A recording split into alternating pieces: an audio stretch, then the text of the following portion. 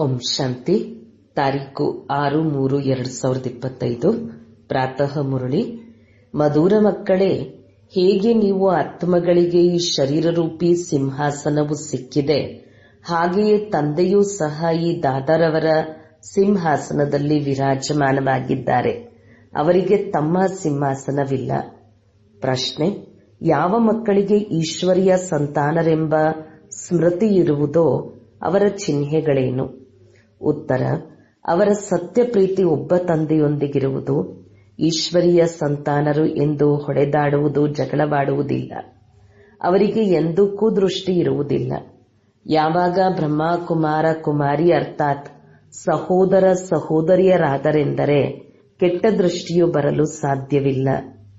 ಗೀತೆ: ಆಕಾಶ ಸಿಂಹಾಸನವನ್ನು ಬಿಟ್ಟು ಬಾ. ಓಂ ಶಾಂತಿ.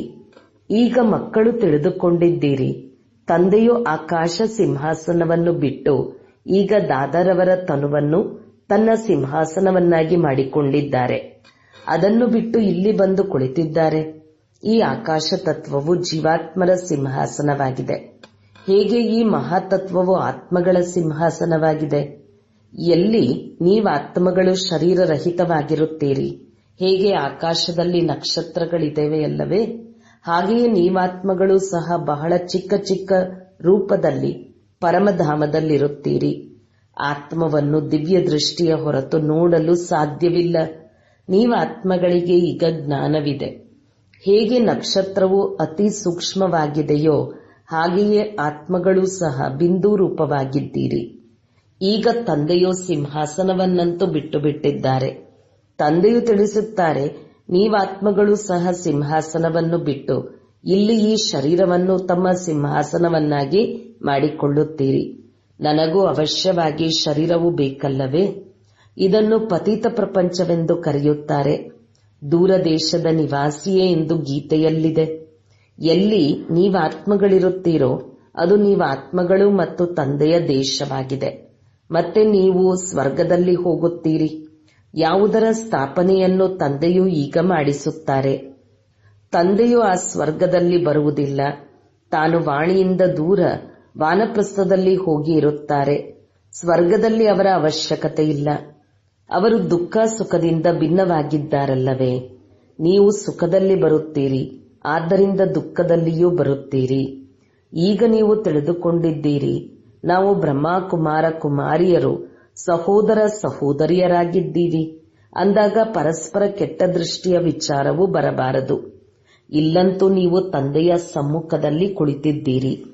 ಪರಸ್ಪರ ಸಹೋದರ ಸಹೋದರಿಯರಾಗಿದ್ದೀರಿ. ಪವಿತ್ರವಾಗಿರುವ ಯುಕ್ತಿ ನೋಡಿ ಹೇಗಿದೆ. ಈ ಮಾತುಗಳು ಯಾವುದೇ ಶಾಸ್ತ್ರಗಳಲ್ಲಿಲ್ಲ. ಎಲ್ಲರ ತಂದೆಯೂ ಒಬ್ಬರೇ ಆಗಿದ್ದಾರೆ ಅಂದ ಮೇಲೆ ಎಲ್ಲರೂ ಮಕ್ಕಳಾಗಿದ್ದೀರಲ್ಲವೇ? ಮಕ್ಕಳು ಪರಸ್ಪರ ಜಗಳವಾಡಬಾರದು. ಈ ಸಮಯದಲ್ಲಿ ನಿಮಗೆ ತಿಳಿದಿದೆ, ನಾವು ಈಶ್ವರಿಯ ಸಂತಾನರಾಗಿದ್ದೇವೆ. ಮೊದಲು ಆಸುರಿ ಸಂತಾನರಾಗಿದ್ದೆವು. ಈಗ ಸಂಗಮ ಯುಗದಲ್ಲಿ ಈಶ್ವರನ ಸಂತಾನರಾಗಿದ್ದೇವೆ. ಮತ್ತೆ ಸತ್ಯಯುಗದಲ್ಲಿ ದೈವಿ ಸಂತಾನರು ಆಗುತ್ತೇವೆ. ಮಕ್ಕಳಿಗೆ ಈ ಚಕ್ರದ ಬಗ್ಗೆ ಅರ್ಥವಾಗಿದೆ. ನೀವು ಬ್ರಹ್ಮ ಕುಮಾರ ಕುಮಾರಿಯರಾಗಿದ್ದೀರಿ ಅಂದ ಮೇಲೆ ಎಂದೂ ಕುದೃಷ್ಟಿ ಬರುವುದು ಸಾಧ್ಯವಿಲ್ಲ. ಸತ್ಯಯುಗದಲ್ಲಿ ಕುದೃಷ್ಟಿ ಇರುವುದಿಲ್ಲ. ಕುದೃಷ್ಟಿ ರಾವಣ ರಾಜ್ಯದಲ್ಲಿಯೇ ಬರುತ್ತದೆ. ನೀವು ಮಕ್ಕಳಿಗೆ ಒಬ್ಬ ತಂದೆಯ ವಿನಃ ಮತ್ಯಾರ ನೆನಪು ಬರಬಾರದು. ಎಲ್ಲರಿಗಿಂತ ಹೆಚ್ಚಿನದಾಗಿ ಒಬ್ಬ ತಂದೆಯೊಂದಿಗೆ ನಿಮ್ಮ ಪ್ರೀತಿ ಇರಬೇಕು. ಒಬ್ಬ ಶಿವ ತಂದೆಯ ವಿನಃ ನನ್ನವರು ಮತ್ಯಾರೂ ಇಲ್ಲ. ತಂದೆಯು ತಿಳಿಸುತ್ತಾರೆ, ಮಕ್ಕಳು ಈಗ ನೀವು ಶಿವಾಲಯದಲ್ಲಿ ಹೋಗಬೇಕು. ಶಿವ ತಂದೆಯು ಸ್ವರ್ಗದ ಸ್ಥಾಪನೆ ಮಾಡುತ್ತಿದ್ದಾರೆ. ಅರ್ಧಕಲ್ಪ ರಾವಣ ರಾಜ್ಯವು ನಡೆದಿದೆ. ಇದರಿಂದ ನೀವು ದುರ್ಗತಿಯನ್ನು ಪಡೆದಿದ್ದೀರಿ. ರಾವಣನೆಂದರೆ ಯಾರು, ಅವನನ್ನು ಏಕೆ ಸುಡುತ್ತಾರೆ ಎಂಬುದನ್ನು ಯಾರೂ ತಿಳಿದುಕೊಂಡಿಲ್ಲ. ಶಿವ ತಂದೆಯನ್ನು ಸಹ ಯಾರೂ ತಿಳಿದುಕೊಂಡಿಲ್ಲ. ದೇವಿಯರನ್ನು ಶೃಂಗರಿಸಿ ಮುಳುಗಿಸುತ್ತಾರೆ. ಶಿವ ತಂದೆಯ ಮಣ್ಣಿನ ಲಿಂಗವನ್ನು ಮಾಡಿ ಪೂಜೆ ಮಾಡಿ ಮಣ್ಣನ್ನು ಮಣ್ಣಿಗೆ ಸೇರಿಸಿ ಬಿಡುತ್ತಾರೆ. ಹಾಗೆಯೇ ರಾವಣನನ್ನೂ ಸಹ ಪ್ರತಿಮೆ ಮಾಡಿ ಸುಡುತ್ತಾರೆ. ಏನನ್ನೂ ತಿಳಿದುಕೊಂಡಿಲ್ಲ. ಈಗ ರಾವಣ ರಾಜ್ಯವಾಗಿದೆ. ರಾಮರಾಜ್ಯವು ಸ್ಥಾಪನೆಯಾಗಬೇಕೆಂದು ಹೇಳುತ್ತಾರೆ. ಗಾಂಧೀಜಿಯೂ ಸಹ ರಾಮರಾಜ್ಯವಾಗಬೇಕೆಂದು ಬಯಸುತ್ತಿದ್ದರು. ಅಂದ ಮೇಲೆ ಇದು ರಾವಣ ರಾಜ್ಯವೆಂದು ಅರ್ಥವಾಯಿತಲ್ಲವೇ? ಯಾವ ಮಕ್ಕಳು ಈ ರಾವಣ ರಾಜ್ಯದಲ್ಲಿ ಕಾಮಚಿತೆಯನ್ನೇರಿ ಸುಟ್ಟು ಹೋಗಿದ್ದರೋ ಅಂತಹವರ ಮೇಲೆ ತಂದೆಯು ಪುನಃ ಬಂದು ಜ್ಞಾನದ ಮಳೆಯನ್ನು ಸುರಿಸುತ್ತಾರೆ. ಎಲ್ಲರ ಕಲ್ಯಾಣ ಮಾಡುತ್ತಾರೆ. ಹೇಗೆ ಬರಡು ಭೂಮಿಯಲ್ಲಿ ಮಳೆ ಬಿದ್ದರೆ ಹುಲ್ಲು ಬೆಳೆಯುತ್ತದೆಯಲ್ಲವೇ?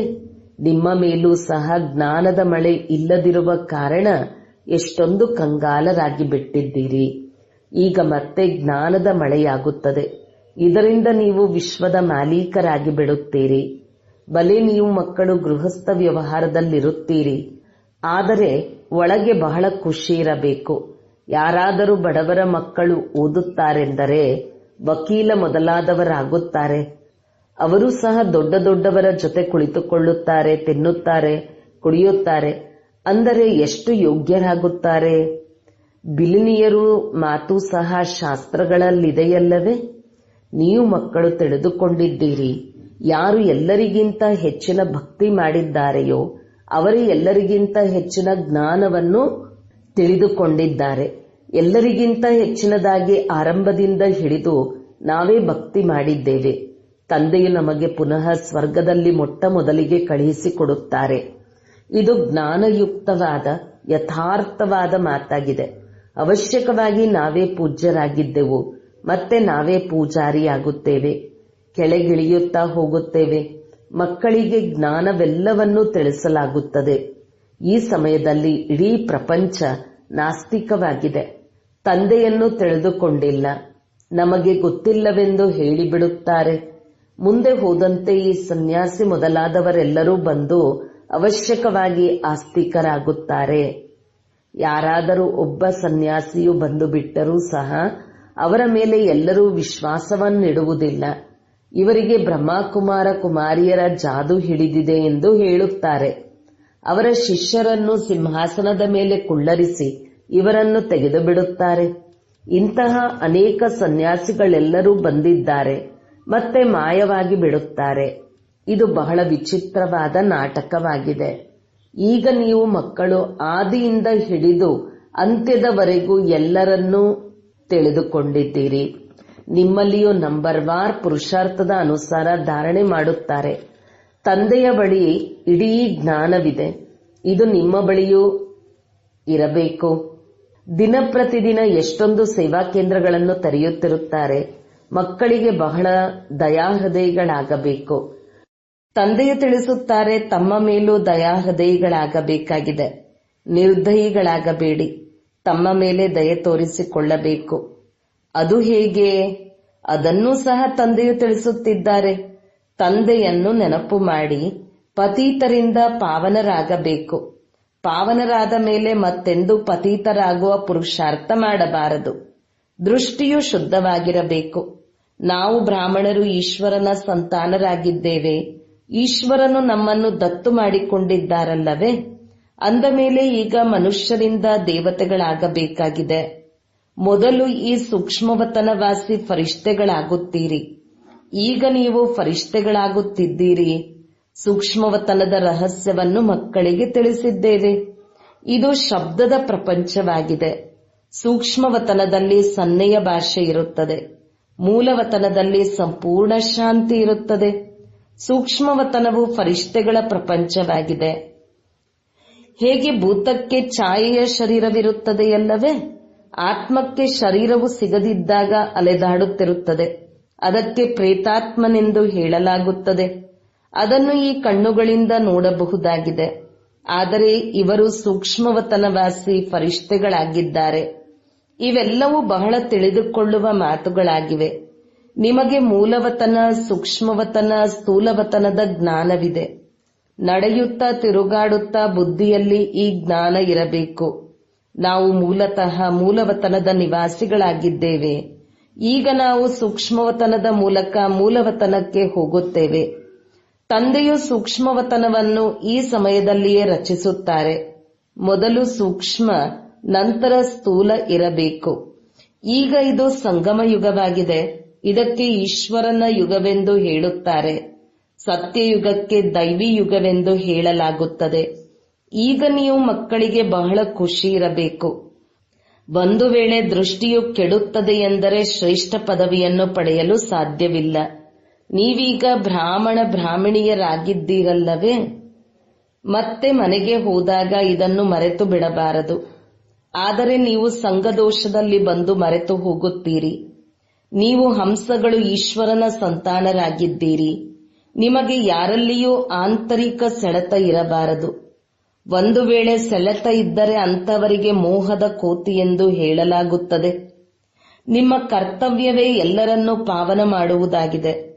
ನೀವು ವಿಶ್ವವನ್ನು ಸ್ವರ್ಗವನ್ನಾಗಿ ಮಾಡುವವರಾಗಿದ್ದೀರಿ. ಆ ರಾವಣನ ಆಸುರಿ ಸಂತಾನರಲ್ಲಿ, ನೀವು ಈಶ್ವರನ ಸಂತಾನರಲ್ಲಿ. ನೀವು ಮಕ್ಕಳು ತಮ್ಮ ಸ್ಥಿತಿಯನ್ನು ಏಕರಸ ಮಾಡಿಕೊಳ್ಳಲು ಎಲ್ಲವನ್ನೂ ನೋಡುತ್ತಿದ್ದರೂ ಸಹ ಹೇಗೆ ನೋಡಲೇ ಇಲ್ಲವೆಂಬ ಅಭ್ಯಾಸ ಮಾಡಬೇಕಾಗಿದೆ. ಇದರಲ್ಲಿ ಬುದ್ಧಿಯನ್ನು ಏಕರಸವಾಗಿಟ್ಟುಕೊಳ್ಳುವುದು ಸಾಹಸದ ಮಾತಾಗಿದೆ. ಸಂಪೂರ್ಣರಾಗುವುದರಲ್ಲಿ ಪರಿಶ್ರಮವಾಗುತ್ತದೆ, ಸಮಯವೂ ಬೇಕು. ಯಾವಾಗ ಕರ್ಮಾತೀತ ಸ್ಥಿತಿಯಾಗುವುದೋ ಆಗ ಆ ದೃಷ್ಟಿಯು ಬರುತ್ತದೆ. ಅಲ್ಲಿಯವರೆಗೂ ಯಾವುದಾದರೊಂದು ಸೆಳೆತವು ಇದ್ದೇ ಇರುತ್ತದೆ. ಇದರಲ್ಲಿ ಸಂಪೂರ್ಣ ನಿರ್ಲಿಪ್ತರಾಗಿರಬೇಕಾಗುತ್ತದೆ. ಬುದ್ಧಿಯೋಗವು ಸ್ಪಷ್ಟವಾಗಿರಬೇಕು, ನೋಡಿಯೂ ನೋಡದಂತಿರಬೇಕು. ಯಾರು ಇಂತಹ ಅಭ್ಯಾಸ ಮಾಡುವರೋ ಅವರೇ ಶ್ರೇಷ್ಠ ಪದವಿಯನ್ನು ಪಡೆಯುತ್ತಾರೆ. ಆ ಸ್ಥಿತಿಯು ಇನ್ನೂ ಬಂದಿಲ್ಲ. ಸನ್ಯಾಸಿಗಳಂತೂ ಈ ಮಾತುಗಳನ್ನು ತಿಳಿದುಕೊಂಡಿಲ್ಲ. ಇಲ್ಲಿ ಬಹಳ ಪರಿಶ್ರಮವಾಗುತ್ತದೆ. ನೀವು ತಿಳಿದುಕೊಂಡಿದ್ದೀರಿ, ನಾವು ಸಹ ಈ ಹಳೆಯ ಪ್ರಪಂಚದ ಸನ್ಯಾಸ ಮಾಡಿ ಕುಳಿತಿದ್ದೇವೆ. ನಾವೀಗ ಮಧುರವಾದ ಶಾಂತಿಯ ಮನೆಗೆ ಹೋಗಬೇಕು. ಎಷ್ಟು ನಿಮ್ಮ ಬುದ್ಧಿಯಲ್ಲಿದೆಯೋ ಅಷ್ಟು ಮತ್ಯಾರಲ್ಲಿಯೂ ಇಲ್ಲ. ಈಗ ಹಿಂತಿರುಗಿ ಹೋಗಬೇಕೆನ್ನುವುದು ನೀವೇ ತಿಳಿದುಕೊಂಡಿದ್ದೀರಿ. ಶಿವ ಭಗವಾನ್ ವಾಚ ಇದೆ. ತಂದೆಯು ಪತೀತ ಪಾವನ ಮುಕ್ತಿದಾತ ಮಾರ್ಗದರ್ಶಕರಾಗಿದ್ದಾರೆ. ಕೃಷ್ಣನೇನು ಮಾರ್ಗದರ್ಶಕನಲ್ಲ. ಈ ಸಮಯದಲ್ಲಿ ನೀವು ಸಹ ಎಲ್ಲರಿಗೆ ಮಾರ್ಗ ತಿಳಿಸುವುದನ್ನು ಕಲಿಯುತ್ತೀರಿ. ಆದ್ದರಿಂದ ನಿಮಗೆ ಪಾಂಡವರೆಂದು ಹೆಸರನ್ನಿಡಲಾಗಿದೆ. ನೀವು ಪಾಂಡವ ಸೇನೆಯಾಗಿದ್ದೀರಿ. ದೇಹಿ ಅಭಿಮಾನಿಗಳು ಆಗುತ್ತೀರಿ. ಏಕೆಂದರೆ ನಿಮಗೆ ತಿಳಿದಿದೆ, ಈಗ ಹಿಂತಿರುಗಿ ಹೋಗಬೇಕು. ಈ ಹಳೆಯ ಶರೀರವನ್ನು ಬಿಡಬೇಕು. ಸರ್ಪದ ಭ್ರಮರಿಯ ಉದಾಹರಣೆಗಳೆಲ್ಲವೂ ಈ ಸಮಯದ್ದಾಗಿದೆ. ನೀವೀಗ ಪ್ರತ್ಯಕ್ಷದಲ್ಲಿ ಇದ್ದೀರಿ. ಅವರಂತೂ ಈ ಕೆಲಸವನ್ನು ಮಾಡಲು ಸಾಧ್ಯವಿಲ್ಲ. ನೀವೇ ತಿಳಿದುಕೊಂಡಿದ್ದೀರಿ, ಇದು ಸ್ಮಶಾನವಾಗಿದೆ. ನಂತರ ಇದೇ ಫರಿಸ್ಥಾನವಾಗಲಿದೆ. ನಿಮಗಾಗಿ ಎಲ್ಲಾ ದಿನಗಳು ಶುಭ ಅದೃಷ್ಟದ ದಿನಗಳಾಗಿವೆ. ನೀವು ಮಕ್ಕಳು ಅದೃಷ್ಟವಂತರಾಗಿದ್ದೀರಿ. ಗುರುವಾರದ ದಿನದಂದು ಮಕ್ಕಳು ಮೊಟ್ಟ ಮೊದಲಿಗೆ ಶಾಲೆಯಲ್ಲಿ ಕರೆದುಕೊಂಡು ಹೋಗಿ ಕುಳ್ಳರಿಸುತ್ತಾರೆ. ಈ ಪದ್ಧತಿಯು ನಡೆದು ಬರುತ್ತದೆ. ನಿಮಗಂತೂ ಈಗ ವೃಕ್ಷಪತಿ ತಂದೆಯೇ ಓದಿಸುತ್ತಾರೆ. ಈ ನಿಮ್ಮ ಬೃಹಸ್ಪತಿ ದಶೆಯು ಜನ್ಮ ಜನ್ಮಾಂತರ ನಡೆಯುತ್ತದೆ. ಇದು ಬೇಹದ್ದಿನ ದಶೆಯಾಗಿದೆ. ಭಕ್ತಿ ಮಾರ್ಗದಲ್ಲಿ ಸೀಮಿತವಾದ ದಶೆಗಳು ನಡೆಯುತ್ತವೆ. ಈಗ ಇದು ಬೇಹದ್ದಿನ ದಶೆಯಾಗಿದೆ. ಆದ್ದರಿಂದ ಸಂಪೂರ್ಣ ರೀತಿಯಿಂದ ಪರಿಶ್ರಮ ಪಡಬೇಕು. ಕೇವಲ ಒಬ್ಬರೇ ಲಕ್ಷ್ಮೀನಾರಾಯಣರು ಇರುವುದಿಲ್ಲ ಅಲ್ಲವೇ? ಅವರ ರಾಜಧಾನಿಯೂ ಇರುತ್ತದೆ. ಅವಶ್ಯಕವಾಗಿ ಅನೇಕರು ರಾಜ್ಯ ಮಾಡುತ್ತಾರೆ. ಲಕ್ಷ್ಮೀನಾರಾಯಣರ ಸೂರ್ಯವಂಶಿ ಮನೆತನದ ರಾಜ್ಯವೂ ನಡೆದಿದೆ. ಈ ಮಾತುಗಳು ಸಹ ನಿಮ್ಮ ಬುದ್ಧಿಯಲ್ಲಿಯೇ ಇದೆ. ಅಲ್ಲಿ ಹೇಗೆ ರಾಜತಿಲಕವನ್ನು ಪಟ್ಟಾಭಿಷೇಕವನ್ನು ನೀಡುತ್ತಾರೆಂದು ನೀವು ಮಕ್ಕಳಿಗೆ ಸಾಕ್ಷಾತ್ಕಾರವಾಗಿದೆ. ಸೂರ್ಯವಂಶೀಯರು ಮತ್ತೆ ಚಂದ್ರವಂಶೀಯರಿಗೆ ಹೇಗೆ ರಾಜ್ಯವನ್ನು ಕೊಡುತ್ತಾರೆ? ಅವರ ತಂದೆ ತಾಯಿಯು ಮಕ್ಕಳ ಪಾದಗಳನ್ನು ತೊಳೆದು ಪಟ್ಟಾಭಿಷೇಕ ಮಾಡುತ್ತಾರೆ, ರಾಜ್ಯ ಭಾಗ್ಯವನ್ನು ಕೊಡುತ್ತಾರೆ. ಈ ಸಾಕ್ಷಾತ್ಕಾರ ಮೊದಲಾದವುಗಳೆಲ್ಲವೂ ನಾಟಕದಲ್ಲಿ ನಿಗದಿಯಾಗಿದೆ. ಇದರಲ್ಲಿ ನೀವು ಮಕ್ಕಳು ತಬ್ಬಿಬ್ಬಾಗುವ ಅವಶ್ಯಕತೆ ಇಲ್ಲ. ನೀವು ತಂದೆಯನ್ನು ನೆನಪು ಮಾಡಿ ಸ್ವದರ್ಶನ ಚಕ್ರಧಾರಿಗಳಾಗಿ ಮತ್ತು ಅನ್ಯರನ್ನೂ ಮಾಡಿ. ನೀವು ಬ್ರಹ್ಮಾಮುಖ ವಂಶಾವಳಿ ಸ್ವದರ್ಶನ ಚಕ್ರಧಾರಿ ಸತ್ಯ ಬ್ರಾಹ್ಮಣರಾಗಿದ್ದೀರಿ. ಶಾಸ್ತ್ರಗಳಲ್ಲಿ ಸ್ವದರ್ಶನ ಚಕ್ರದಿಂದ ಎಷ್ಟೊಂದು ಹಿಂಸೆಯನ್ನು ತೋರಿಸಿದ್ದಾರೆ. ಈಗ ತಂದೆಯು ನೀವು ಮಕ್ಕಳಿಗೆ ಸತ್ಯಗೀತೆಯನ್ನು ತಿಳಿಸುತ್ತಾರೆ. ಅಂದ ಮೇಲೆ ಇದನ್ನು ಕಂಠಪಾಠ ಮಾಡಿಕೊಳ್ಳಬೇಕು. ಎಷ್ಟೊಂದು ಸಹಜವಾಗಿದೆ. ನಿಮ್ಮ ಪೂರ್ಣ ಸಂಬಂಧವು ಗೀತೆಯೊಂದಿಗಿದೆ. ಗೀತೆಯಲ್ಲಿ ಜ್ಞಾನವೂ ಇದೆ, ಯೋಗವೂ ಇದೆ. ನೀವು ಸಹ ಒಂದೇ ಪುಸ್ತಕವನ್ನು ರಚಿಸಬೇಕು. ಯೋಗದ ಪುಸ್ತಕವನ್ನು ಪ್ರತ್ಯೇಕವಾಗಿ ಏಕೆ ಮಾಡಬೇಕು? ಆದರೆ ಇತ್ತೀಚೆಗೆ ಯೋಗದ ಬಹಳ ನಾಮಾಚಾರಗಳಿವೆ. ಆದ್ದರಿಂದ ಮನುಷ್ಯರು ಬಂದು ತಿಳಿದುಕೊಳ್ಳಲಿ ಎಂದು ಹೆಸರನ್ನಿಡಲಾಗುತ್ತದೆ. ಒಬ್ಬ ತಂದೆಯೊಂದಿಗೆ ಬುದ್ಧಿಯೋಗವನ್ನಿಡಬೇಕೆನ್ನುವ ಮಾತನ್ನು ಕೊನೆಗೊಂದು ದಿನ ಎಲ್ಲರೂ ಬಂದು ತಿಳಿದುಕೊಳ್ಳುತ್ತಾರೆ. ಯಾರು ಕೇಳುವರೋ ಅವರು ತಮ್ಮ ಧರ್ಮದಲ್ಲಿ ಬಂದು ಶ್ರೇಷ್ಠ ಪದವಿಯನ್ನು ಪಡೆಯುತ್ತಾರೆ. ಒಳ್ಳೆಯದು. ಮಧುರಾತಿ ಮಧುರ ಅಗಲಿ ಹೋಗಿ ಮರಳಿ ಸಿಕ್ಕಿರುವಂತ ಮಕ್ಕಳಿಗೆ ಪ್ರೀತಿಯ ಮಾತಾಪಿತಾ ಬಾಪ್ ದಾದರವರ ನೆನಪು, ಪ್ರೀತಿ ಹಾಗೂ ನಮಸ್ತೆ. ಆತ್ಮೀಯ ಮಕ್ಕಳಿಗೆ ಆತ್ಮೀಯ ತಂದೆಯ ನಮಸ್ತೆ. ಧಾರಣೆಗಾಗಿ ಮುಖ್ಯ ಸಾರ 1. ತಮ್ಮ ಮೇಲೆ ತಾವೇ ದಯೆ ತೋರಿಸಿಕೊಳ್ಳಬೇಕು. ತಮ್ಮ ದೃಷ್ಟಿಯನ್ನು ಬಹಳ ಒಳ್ಳೆಯ ಮತ್ತು ಪವಿತ್ರವಾಗಿಟ್ಟುಕೊಳ್ಳಬೇಕು. ಈಶ್ವರನು ಮನುಷ್ಯರಿಂದ ದೇವತೆಗಳನ್ನಾಗಿ ಮಾಡಲು ದತ್ತು ಮಾಡಿಕೊಂಡಿದ್ದಾರೆ. ಆದ್ದರಿಂದ ಪತಿತರಾಗುವ ಸಂಕಲ್ಪವೆಂದೂ ಬರಬಾರದು. 2. ಸಂಪೂರ್ಣ ಕರ್ಮಾತೀತ ಸ್ಥಿತಿಯನ್ನು ಪ್ರಾಪ್ತಿ ಮಾಡಿಕೊಳ್ಳಲು ಸದಾ ಉಪರಾಮ್ ಆಗಿರುವ ಅಭ್ಯಾಸ ಮಾಡಿಕೊಳ್ಳಬೇಕು. ಈ ಪ್ರಪಂಚದಲ್ಲಿ ಎಲ್ಲವನ್ನೂ ನೋಡುತ್ತಿದ್ದರೂ ನೋಡದಂತಿರಬೇಕು. ಇದೇ ಅಭ್ಯಾಸದಿಂದ ಸ್ಥಿತಿಯನ್ನು ಏಕರಸ ಮಾಡಿಕೊಳ್ಳಬೇಕು. ವರದಾನ: ಪ್ರತಿ ಹೆಜ್ಜೆಯಲ್ಲಿ ಪದುಮದಷ್ಟು ಸಂಪಾದನೆ ಜಮಾ ಮಾಡಿಕೊಳ್ಳುವಂತಹ ಸರ್ವ ಖಜಾನೆಗಳಿಂದ ಸಂಪನ್ನ ಅಥವಾ ತೃಪ್ತ ಆತ್ಮಭವ. ಯಾವ ಮಕ್ಕಳು ತಂದೆಯ ನೆನಪಿನಲ್ಲಿರುತ್ತಾ ಪ್ರತಿ ಹೆಜ್ಜೆ ಇಡುತ್ತಾರೆ ಅಂತಹವರ ಹೆಜ್ಜೆ ಹೆಜ್ಜೆಯಲ್ಲಿ ಪದುಮದಷ್ಟು ಸಂಪಾದನೆ ಜಮಾ ಮಾಡಿಕೊಳ್ಳುತ್ತಾರೆ. ಈ ಸಂಗಮ ಯುಗದಲ್ಲಿಯೇ ಪದುಮಗಳ ಸಂಪಾದನೆ ಗಣಿ ಸಿಗುತ್ತದೆ. ಸಂಗಮ ಯುಗವಾಗಿದೆ ಜಮಾ ಮಾಡಿಕೊಳ್ಳುವ ಯುಗ. ಈಗ ಎಷ್ಟು ಜಮಾ ಮಾಡಲು ಇಚ್ಛಿಸುವರೋ ಅಷ್ಟು ಜಮಾ ಮಾಡಿಕೊಳ್ಳಲು ಸಾಧ್ಯ. 1 ಹೆಜ್ಜೆ ಎಂದರೆ 1 ಸೆಕೆಂಡ್ ಸಹ ಜಮಾ ಇಲ್ಲದೆ ಹೋಗುವಂತಿಲ್ಲ. ಅರ್ಥಾತ್ ವ್ಯರ್ಥವಾಗಿ ಹೋಗಬಾರದು. ಭಂಡಾರ ಸದಾ ಭರ್ಪೂರಾಗಿರಬೇಕು. ಯಾವುದೇ ವಸ್ತು ಅಪ್ರಾಪ್ತಿ ಇಲ್ಲ. ಇಂತಹ ಸಂಸ್ಕಾರವಿರಬೇಕು. ಯಾವಾಗ ಇಂತಹ ತೃಪ್ತ ಅಥವಾ ಸಂಪನ್ನ ಆತ್ಮ ಆಗುವಿರಿ, ಆಗ ಭವಿಷ್ಯದಲ್ಲಿ ಅಖೂಟ್ ಅಪರಿಮಿತ ಖಜಾನೆಗಳಿಗೆ ಮಾಲೀಕರಾಗುವಿರಿ. ಸ್ಲೋಗನ್: ಯಾವುದೇ ಮಾತಿಗೆ ಅಪ್ಸೆಟ್ ಆಗುವ ಬದಲು ಜ್ಞಾನಪೂರ್ಣರ ಸೀಟ್ನಲ್ಲಿ ಸೆಟ್ ಆಗಿರಿ.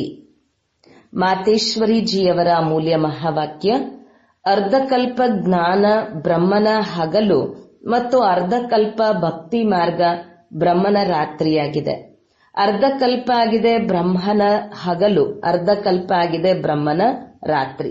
ಈಗ ರಾತ್ರಿ ಪೂರ್ತಿಯಾಗಿ ಬೆಳಗ್ಗೆ ಬರಬೇಕಾಗಿದೆ. ಈಗ ಪರಮಾತ್ಮ ಬಂದು ಅಂಧಕಾರವನ್ನು ಅಂತ್ಯ ಮಾಡಿ ಪ್ರಕಾಶದ ಆದಿಯನ್ನು ಮಾಡುತ್ತಾರೆ. ಜ್ಞಾನದಿಂದ ಪ್ರಕಾಶ, ಭಕ್ತಿಯಿಂದ ಅಂಧಕಾರ. ಗೀತೆಯಲ್ಲಿಯೂ ಸಹ ಹೇಳುತ್ತಾರೆ, ಈ ಪಾಪದ ಪ್ರಪಂಚದಿಂದ ದೂರ ಎಲ್ಲಿಯಾದರೂ ಕರೆದುಕೊಂಡು ಹೋಗಬೇಕು. ಚಿತ್ತಕ್ಕೆ ಎಲ್ಲಿ ನೆಮ್ಮದಿ ಸಿಗುತ್ತೋ ಅಲ್ಲಿಗೆ. ಇದಾಗಿದೆ ನೆಮ್ಮದಿ ಇಲ್ಲದ ಪ್ರಪಂಚ. ಎಲ್ಲಿಯೂ ನೆಮ್ಮದಿ ಇಲ್ಲ. ಮುಕ್ತಿಯಲ್ಲಿ ಶಾಂತಿಯೂ ಇಲ್ಲ, ಅಶಾಂತಿಯೂ ಇಲ್ಲ. ಸತ್ಯಯುಗ ತ್ರೇತಾಯುಗವಾಗಿದೆ ಶಾಂತಿಯ ಪ್ರಪಂಚ. ಯಾವ ಸುಖಧಾಮವನ್ನು ಎಲ್ಲರೂ ನೆನಪಿಸಿಕೊಳ್ಳುತ್ತಾರೆ. ಆದ್ದರಿಂದ ನೀವು ಈಗ ಶಾಂತಿಯ ಪ್ರಪಂಚಕ್ಕೆ ಹೋಗುತ್ತಿರುವಿರಿ. ಅಲ್ಲಿ ಅಪವಿತ್ರ ಆತ್ಮ ಯಾವುದೂ ಹೋಗಲು ಸಾಧ್ಯವಿಲ್ಲ. ಅವರು ಅಂತಿಮದಲ್ಲಿ ಧರ್ಮರಾಜನಿಂದ ಶಿಕ್ಷೆ ತಿಂದು ಕರ್ಮಬಂಧನದಿಂದ ಮುಕ್ತರಾಗಿ ಶುದ್ಧ ಸಂಸ್ಕಾರವನ್ನು ತೆಗೆದುಕೊಂಡು ಹೋಗುತ್ತಾರೆ. ಏಕೆಂದರೆ ಅಲ್ಲಿ ಅಶುದ್ಧ ಸಂಸ್ಕಾರ ಇರುವುದಿಲ್ಲ, ಪಾಪವೂ ಆಗುವುದಿಲ್ಲ. ಯಾವಾಗ ಆತ್ಮ ತನ್ನ ನಿಜವಾದ ತಂದೆಯನ್ನು ಮರೆತು ಹೋಗುತ್ತದೆ, ಆಗ ಈ ಮರೆಸುವಂತಹ ಅನಾದಿ ಸೋಲು ಗೆಲುವಿನ ಆಟ ಮಾಡಲ್ಪಟ್ಟಿದೆ. ಆದ್ದರಿಂದ ತನ್ನ ಈ ಸರ್ವಶಕ್ತಿವಾನ್ ಪರಮಾತ್ಮನ ಮೂಲಕ ಶಕ್ತಿಯನ್ನು ಪಡೆದು ವಿಕಾರಗಳ ಮೇಲೆ ವಿಜಯ ಸಾಧಿಸಿ 21 ಜನ್ಮಗಳಿಗಾಗಿ ರಾಜ್ಯಭಾಗ್ಯವನ್ನು ಪಡೆಯುತ್ತಿರುವಿರಿ. ಒಳ್ಳೆಯದು. ಓಂ ಶಾಂತಿ. ಅವ್ಯಕ್ತ ಸೂಚನೆ: ಸತ್ಯ ಮತ್ತು ಸಭ್ಯತೆ ಎಂಬ ಸಂಸ್ಕೃತಿಯನ್ನು, ಕಲ್ಚರ್ ಅನ್ನು ತಮ್ಮದಾಗಿಸಿಕೊಳ್ಳಿರಿ. ನಿಮ್ಮ ಮಾತಿನಲ್ಲಿ ಸ್ನೇಹವೂ ಇರಲಿ, ಮಧುರತೆಯೂ ಇರಲಿ ಹಾಗೂ ಮಹಾನತೆಯೂ ಇರಲಿ. ಸತ್ಯತೆಯೂ ಇರಲಿ, ಆದರೆ ಸ್ವರೂಪದ ನಮ್ರತೆಯೂ ಇರಲಿ. ನಿರ್ಭಯರಾಗಿ ಅಥಾರಿಟಿಯಿಂದ ಹೇಳಿ, ಆದರೆ ಮರ್ಯಾದೆಯ ಒಳಗಿರಿ. ಎರಡು ಮಾತುಗಳ ಸಮತೋಲನ ಇರಲಿ. ಎಲ್ಲಿ ಸಮತೋಲನ ಇರುತ್ತದೆ ಅಲ್ಲಿ ಅದ್ಭುತ ಕಾಣಿಸುತ್ತದೆ. ಹಾಗೂ ಅವರ ಮಾತು ಕಟು ಆಗಿರುವುದಿಲ್ಲ, ಪ್ರಿಯ ಎನಿಸುತ್ತಾರೆ. ಅಥಾರಿಟಿ ಹಾಗೂ ನಮ್ರತೆ ಎರಡರ ಸಮತೋಲನ ಅದ್ಭುತವನ್ನು ಮಾಡಿ ತೋರಿಸುತ್ತದೆ. ಇದೇ ತಂದೆಯ ಪ್ರತ್ಯಕ್ಷತೆಯ ಸಾಧನವಾಗಿದೆ. ಓಂ ಶಾಂತಿ.